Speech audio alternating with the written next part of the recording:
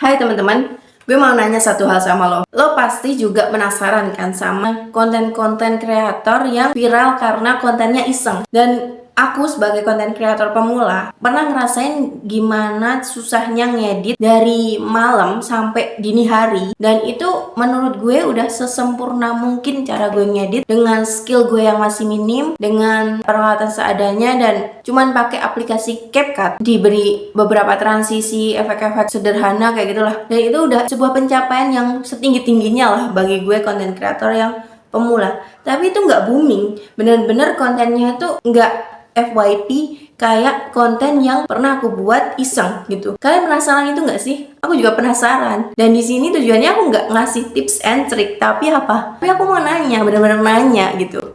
Apa sih rahasia sebenarnya algoritma TikTok itu gimana gitu? Organiknya itu kayak gimana gitu? Ya nggak cuma di TikTok sih, di Instagram pun aku juga pernah bikin konten iseng, dia viral. Tapi kalau kita buat konten yang bener-bener sekuat tenaga, terus apa ya namanya, bener-bener effort banget gitu kan, bener-bener kayak ambis, wah ini bakalan FYP, ini bakalan banyak likes-nya.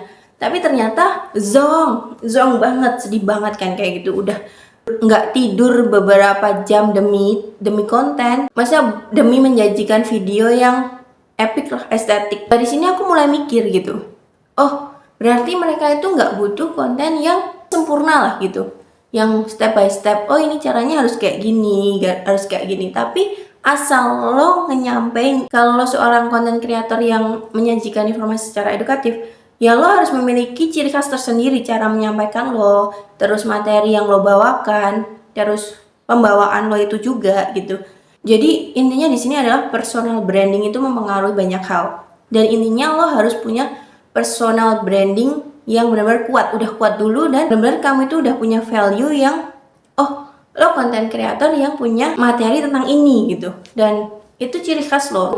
Intinya itu sih, berarti mereka semua itu khalayak rame itu sebenarnya memerlukan sebuah informasi, karena emang sekarang itu eranya informasi. Mereka mencari informasi yang mereka butuhkan. Oh aku seorang pemalas, aku butuh tips bagaimana cara kita untuk tidak menjadi malas. Apa sih tips sederhananya? Kalau kita bisa menyampaikannya secara logis, ada risetnya juga, edukatif lah, benar-benar oh ini yang aku butuhin gitu. Orang mikir ini yang aku butuhin gitu. Bakal menjadi konten yang menurut aku booming sih gitu. Daripada lo nyajiin konten yang sesempurna mungkin tapi kayak ibaratnya nggak ada value-nya. Bukan berarti ngeremehin skill atau apapun itu, tapi di sini tuh ya itu tadi, balik ke materi yang awal, bahwa di tahun-tahun ini semua orang itu butuhnya informasi gitu, informasi yang jelas, yang akurat, karena emang kebanyakan yang beredar di sosial media itu ada juga cuman buat entertain. So buat kalian yang sama-sama content creator pemula kayak aku, oke mari kita belajar upgrade skill dari awal, step by step, karena emang benar-benar proses itu dari nol, proses itu nggak ada yang sprint.